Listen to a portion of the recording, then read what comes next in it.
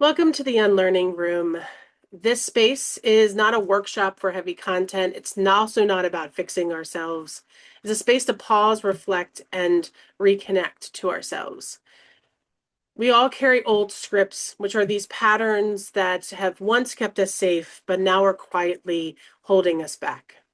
In the Unlearning Room, we surface those assumptions, those patterns, name them together, and practice new ways of being. So think of this as a practice room, a place to notice, to release, and to reconnect with ourselves, with each other, and also to what matters most for us. This week, we're going to be talking about unlearning control, embracing the groundlessness of life. And I appreciate you being here today, connecting with me, because it takes courage to be here, especially on this topic.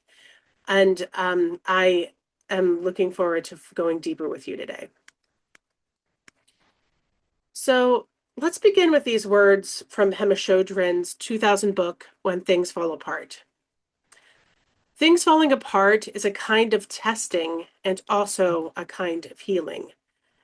We think that the point is to pass the test or to overcome the problem. But the truth is that things don't really get solved. They come together and then they fall apart. They come together again and fall apart again. It's just like that. The healing comes from letting there be room for all of this to happen. Room for grief, for relief, for misery, and for joy. So as I read that prompt, I want you to think to yourself, what is one word or feeling that this brings up for you? And when things fall apart, we often reach for control. And today we're going to explore what that grip means and what happens when we soften that grip. So I thought I'd start with this idea of control. What is control? It is a survival strategy. It's our attempt to create safety and predictability in the world. There's an illusion that if we grip hard enough, we can keep things from changing or falling apart. And just like Pema Chodron mentions, that things always fall apart and then come back together again. So this is a way, when you're controlling things, it's a way of managing fear, uncertainty, and vulnerability. But also when you're controlling things, it's exhausting because life is inherently unpredictable. It's limiting because it closes us off from the possibility. Also, it's fragile because even the best grip can't stop things from shifting in our world. So there's a paradox here. Control feels like security, but often it deepens suffering. Releasing control is making space for trust, curiosity, and presence. And so when I talk about control, I don't mean the healthy kind of control. I mean, which are like boundaries, responsibility, and structure in our lives. Those things are necessary and good. But what I mean is the tight grip, the part of us that tries to hold on too hard, that believes if we just manage just enough, that we can stop things from shifting. But that often keeps us stuck, exhausted, or disconnected. So as we move through this session, notice what is your control? Where is your control healthy? And where is the grip that's costing you peace? So I want you to take a few minutes. You can pause the recording to reflect on this question. Write down, do a stream of consciousness. Write down whatever comes to mind and comes out of yourself without judgment. Notice not just the situations, but also how your body feels when you think about control. And this is just for you and no one else should see it. So for about 2 minutes, pause the recording. Where in your life or work are you holding onto with a tight grip? So I usually start these with a little story. A little over 6 years ago, I was let go from the federal government after being told, you're thinking of everything wrong. So I had been leading innovation work. I had built innovation.gov, a shared language for innovation and change in government, and how do we bring government into the 21st century. And I also launched this community of practice called the Better Government Movement. So all of that work was deeply aligned to my purpose. And then in 2018, almost overnight, it was all gone. The White House told them, the head of GSA, to dismantle innovation.gov. I couldn't convene the Better Government Movement again.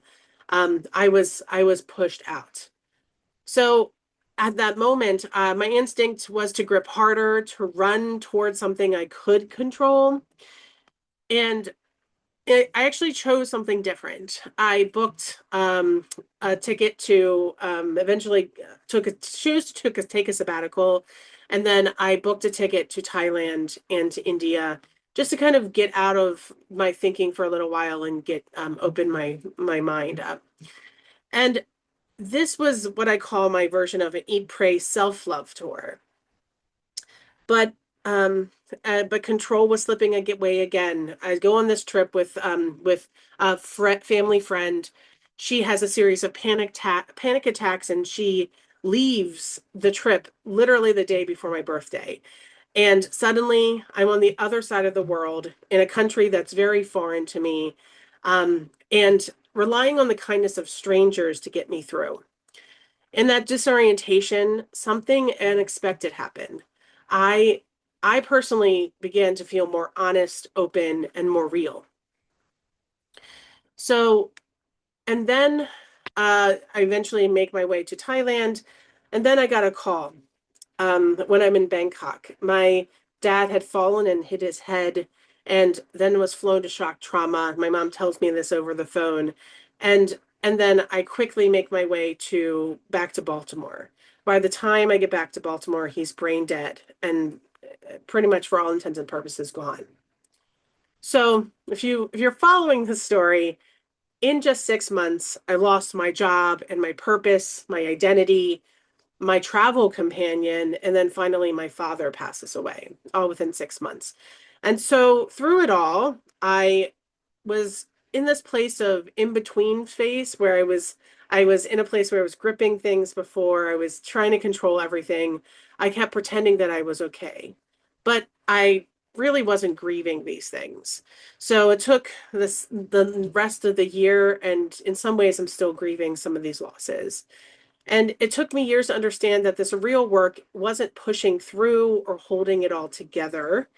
The real work is letting go, loosening my grip, and staying with what was hurting, letting myself feel what I had tried so hard to control and outrun. And so here's something that I know right now: adversity is our teacher. Not because it's noble, not because its suffering is glamorous, but because when everything fell apart, I had to learn how to live without the illusion of control. That adversity that I'm facing was what Pema Chodron, who I spoke about at the beginning of the meeting, the session, talks about, is groundlessness. And I will tell you a little bit more about this, but in a second. But groundlessness isn't failure. It's a space of transformation, but only if we let ourselves be transformed. So you might be feeling this sense of groundlessness. If you're in that space right now, when things feel unclear, unstable, or you feel lost, I want you to know that you're not alone, you are not broken, and you are simply in a place of falling apart and coming back together again, like Pema Chodron talks about. So let's continue. So let's go into the idea of groundlessness. So what Pema talks about is that groundlessness is the experience of living without solid ground beneath your feet. It's the realization that life is always in flux, so nothing is fixed, nothing is guaranteed. Um, and then it also asks us to embrace this idea of impermanence which comes from the Buddhist teaching, and Pema Chodron is also a Buddhist teacher. It's this idea that everything, our roles, our relationships, our identities will shift and change. So if you have that realization, it's kind of an awakening within yourself. And it's also releasing this craving for certainty, that voice that says, if I can just figure it out, I will be safe. So if you have spent your entire life thinking that, craving certainty, gripping onto this idea of control, groundlessness can really feel like collapse. It also can be a clearing on the other side, so an open space where something new, honest, and compassionate can grow.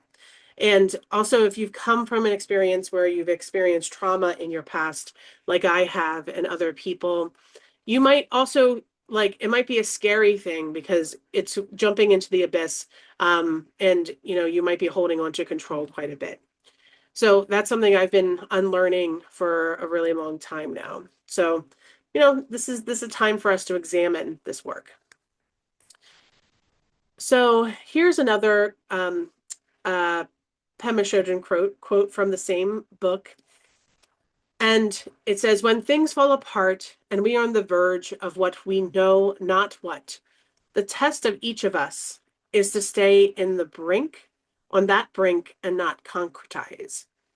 Sticking with that uncertainty, getting the knack of relaxing in the midst of chaos, learning not to panic is the spiritual path. Getting the knack of catching ourselves, of gently and compassionately catching ourselves, is the path of the warrior. So when I read this quote, I want you to think about what how this quote stands out to you. And I'm going to pause for a second for you to think about that. And then I want to emphasize here that the path of the warrior, right? This place of a spiritual path, gently and compassionately catching ourselves in chaos, right? That is the awakening. That is the way of the warrior. That is where we can lean into, right? How do we gently and compassionately catch ourselves, and both self-compassion and then compassion for the world. So embracing groundlessness creates room for us for peace, compassion, joy, grief, growth, and change. That's what groundlessness and Pema Chodron kind of leans into. So when we stop clinging to certainty, we open space for all of life. But joy, we got the grief, we've got growth, and then also change. And I want to say also, this does not involve just conquering uncertainty, because we can think about that, but we're actually it's more of a softening and finding peace in what unfolds. And that is a daily practice I'm doing every day, is being like, how do I lean into peace, self-compassion, compassion for other people, and soften instead of getting harder. So I'd like to invite you to some quiet reflection. This is for you again, and this is not just, no one else will see what you write. And, this is, again, doing the stream of consciousness writing. Don't worry about your grammar, your neatness, or making sense, just flowing on paper. So here's some 3 questions I want you to ask for yourself. How do you experience groundlessness in your body or in your work? 2, when certainty has disappeared in your life, how have you responded in the past? And number 3, where you have found insight, where have you found insight, clarity, or even curiosity in this fog of uncertainty that we're experiencing right now? Or maybe think about a past experience where you may have found a time when things were uncertain. So you can pause the recording right now, do some solo reflection, and then come back.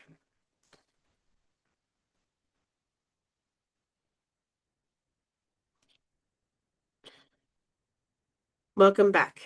So in our session, we did some paired listening in breakouts so that you could each take time to talk about this. So I welcome you to talk to somebody that you trust about this particular topic, about the idea of uncertainty, of groundlessness.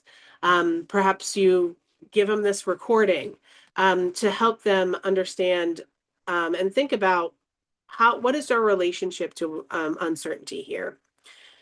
And this is the one question that I would have after you do this, these questions, answer these questions, talk to your colleague or your friend or family member and ask the question, what truth are you carrying about control or uncertainty that you haven't spoken aloud?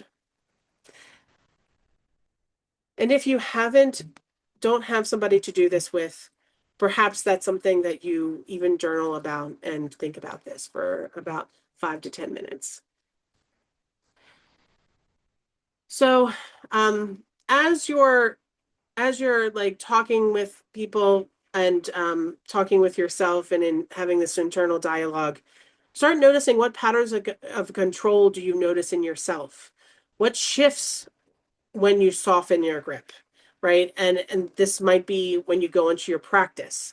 Where might release open up new possibilities for yourself?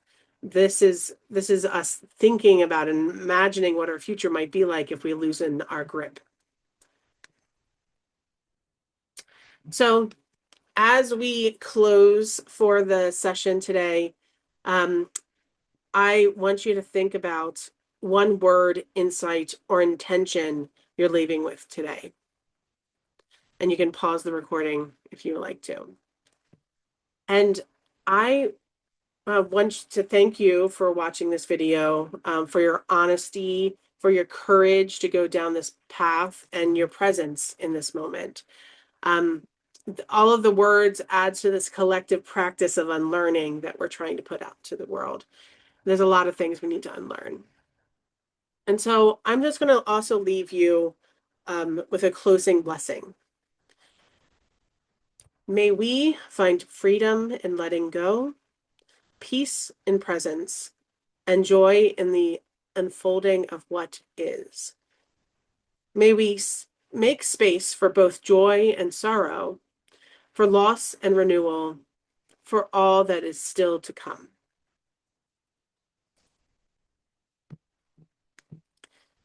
Thank you for your time today and watching this recording. I want to give you a couple of resources here. I will drop that in the show notes, but we have a link to the starter kit if you want to go deeper into our unlearning circles or unlearning process. And then also we have unlearning circles starting October 1st of 2025. And so here's ways that you can get a hold of me as well and check out our website to learn more. I appreciate you and thank you for being here.